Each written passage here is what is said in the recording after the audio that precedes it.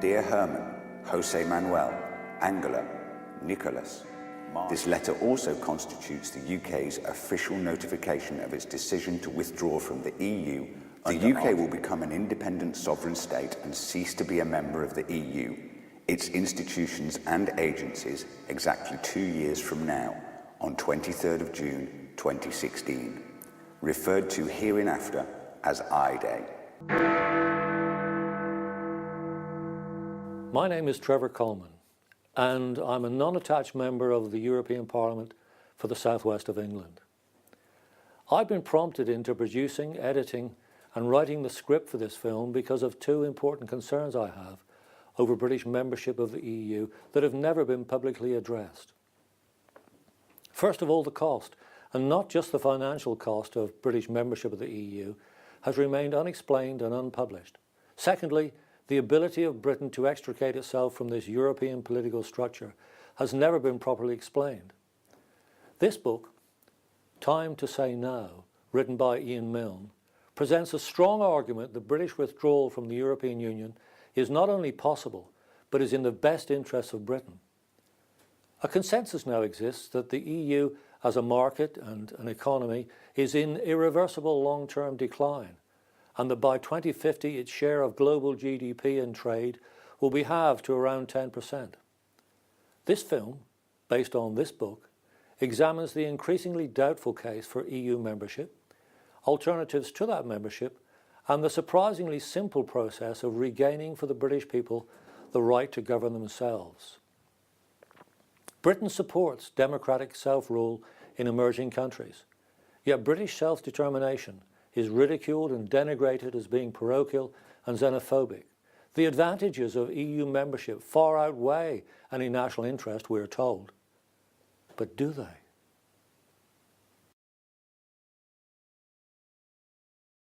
Before the UK joined the Common Market in 1973, cost-benefit analyses predicted negative economic consequences. During the last 10 years, not one respected analysis has concluded that the UK derives any net economic benefit from EU membership.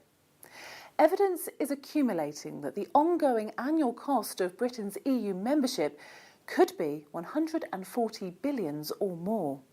Despite repeated requests, all three major British political parties have refused to carry out a cost-benefit analysis of Britain's EU membership, almost certainly because they know what the result will be.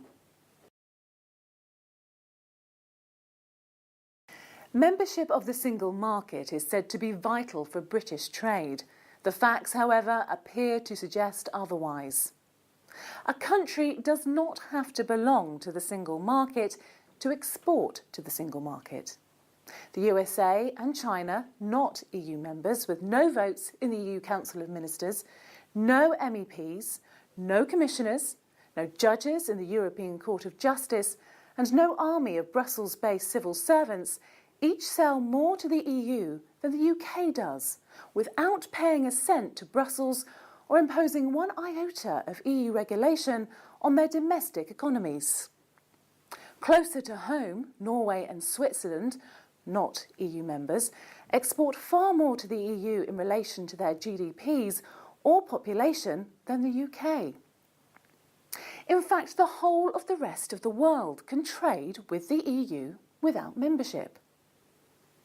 The case for membership of the single market based on imports and exports continues to be tenuous. Since the turn of the century, British exports to the world outside the EU have grown 37% faster than exports to the EU. A major factor affecting the ailing EU markets is the excessive single market regulation. Today, 60% of UK exports go outside the EU and 40% to the EU. The argument that the single market makes it easier to import goods and services just doesn't add up. From 1999 to 2009, British imports from outside the EU increased 18% faster than imports from the EU. It would appear, therefore, that UK imports and exports do not benefit greatly from UK membership of the single market. In fact, it's the opposite. The following are just 4 further damaging effects of membership. Exports to the EU account for less than 10% of British economic output. The remaining 90% of British economic activity consists of trade within Britain or with the rest of the world. Yet that 90% still has to comply with the whole body of hugely expensive single market regulation, with often damaging effect. The UK has a massive structural trade deficit with EU countries. They sell more to us than we sell to them.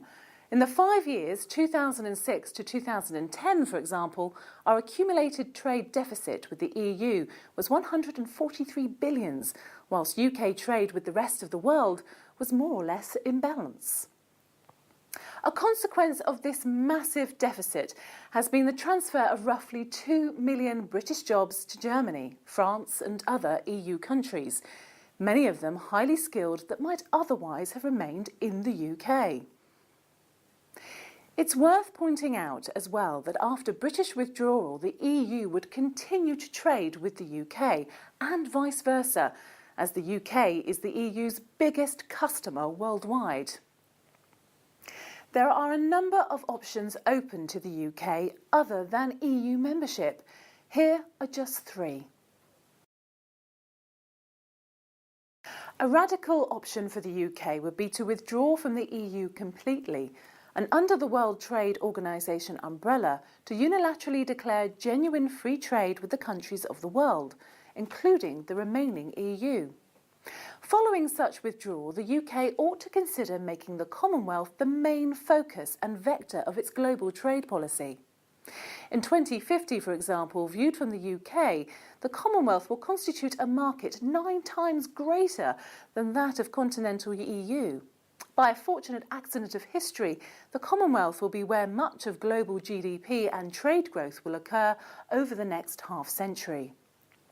Switzerland, surrounded on all sides by the EU, has, with the approval of the Swiss electorate through referenda, set up a series of industry-by-industry free trade agreements with the EU. Switzerland retains full sovereign control over areas covered in the Swiss-EU free trade areas, each side retaining its veto. With one exception, in civil aviation, none of the bilateral free trade agreements obliges Switzerland to adopt the relevant part of the acquis communautaire, the massive EU book of rules. This is a model Britain could easily copy. Switzerland, Norway, Iceland and Liechtenstein are members of the 50-year-old European Free Trade Association, EFTA, of which Britain was a founder member before joining the EU. Unlike the EU, EFTA is not a customs union in which members surrender control to the centre. Each EFTA member conducts its own trade policies and sits and votes at the World Trade Organization in its own right. 3 of the 4 EFTA states, Norway, Iceland and Liechtenstein, are members with the EU 27 of the 30-member European Economic Area, but remain outside the Common Agriculture Policy, the Common Fisheries Policy, EU Foreign and Defence Policies, EU Justice and Home Affairs Policies, EU Monetary Union, and any other policy not specifically provided for in the EEA Treaty.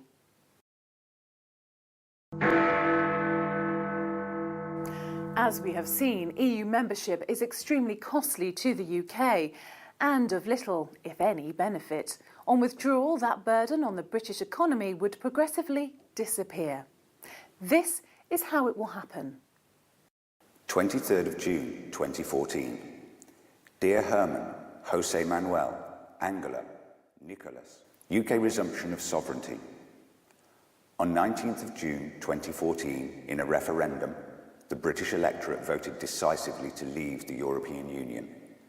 The purpose of this letter is to let you know how the implementation of the electorate's decision by Her Majesty's government will affect the principal strands of the relationship between the EU and the UK. This letter also constitutes the UK's official notification of its decision to withdraw from the EU under Article 50 of the Treaty on European Union, as amended by the Lisbon Treaty.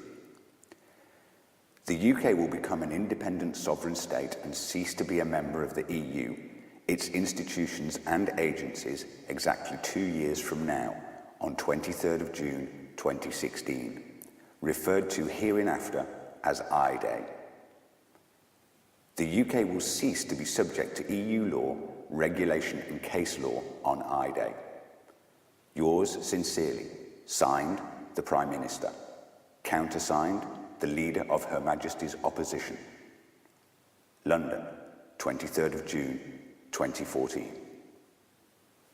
For the purposes of this film, we have chosen to date our letter of withdrawal on the 23rd of June 2014.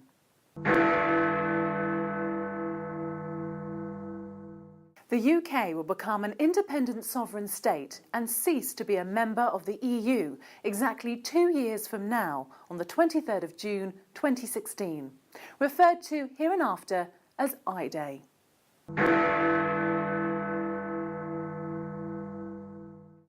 The UK will cease to be subject to EU regulation and case law on I-Day. As from tomorrow, only British courts, including the House of Lords and the UK Supreme Court, will interpret and apply EU law without reference to the European Court of Justice. From tomorrow, judgments of the European Court of Justice will not be applied in the UK.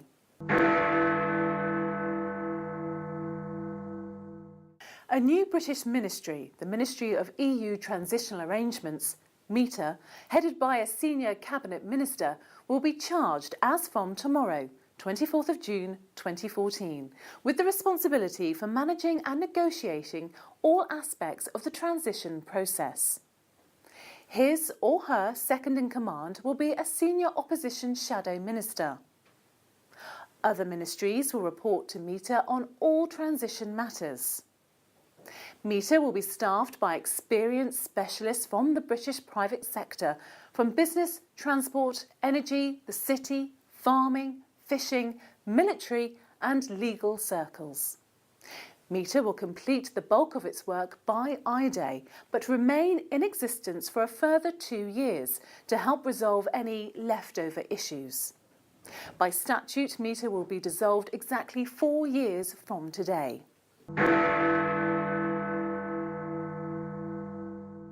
British MEPs will continue to represent their constituencies in the European Parliament until I-Day, but will not participate or vote in any new legislation during that 24-month period.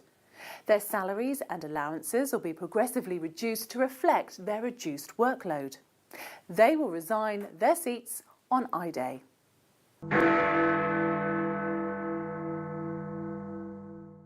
British officials and employees of the Council, Commission and all other EU institutions and agencies will negotiate the timing and terms of their departure with the relevant EU authorities. The UK's monthly gross contributions to and receipts from the EU budget will be reduced by 1/24 on a straight-line basis in each of the 24 months between now and I-Day to reflect the progressive disengagement of the UK from the EU over that period. On I-Day, the UK will withdraw from the EU Customs Union and UK trade will cease to be regulated by the EU. At the World Trade Organization, the UK will resume its own seat and vote in its own right. Trade between the UK and the EU, and between the UK and the rest of the world, will be conducted as already provided for in other multilateral treaties, as well as relevant declarations of the Commonwealth.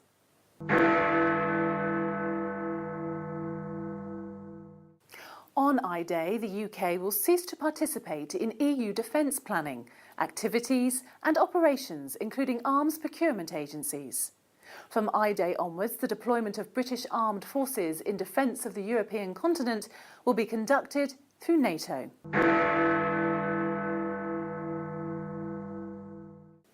On I-Day, the UK will withdraw from all direct EU foreign policy involvement. The UK will cease all involvement in economic and monetary union, including the European Central Bank, on I-Day.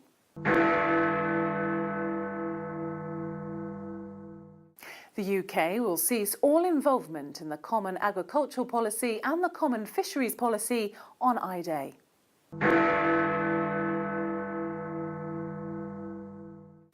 The UK will cease all involvement in EU immigration and asylum matters and resume full and absolute control of its borders on I-Day.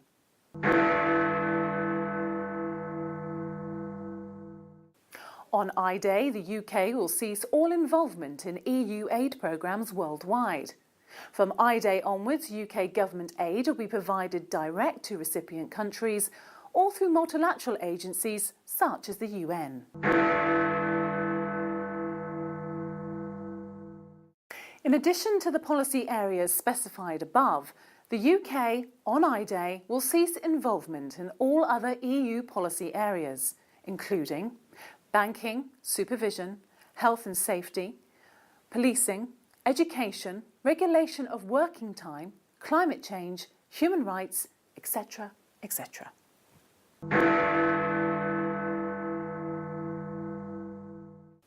A bill to give effect to the measures set out above will be laid before the House of Commons next week. And then we will be free. It's as simple as that.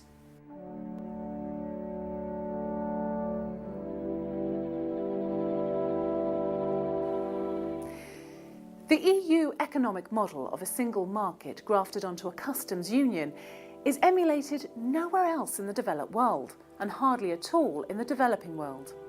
Customs unions are redundant. They have lost their raison d'etre. The EU is a fast-failing experiment which no other continent has emulated. The preferred option for the majority of the countries of the world, 165 out of 192, is the self-governing nation-state. UK withdrawal would result in the British people rejoining that 95% of the world's population that live in those self-governing states and successfully trade with each other and with the EU multilaterally. It's time for Britain to say no to membership of the EU.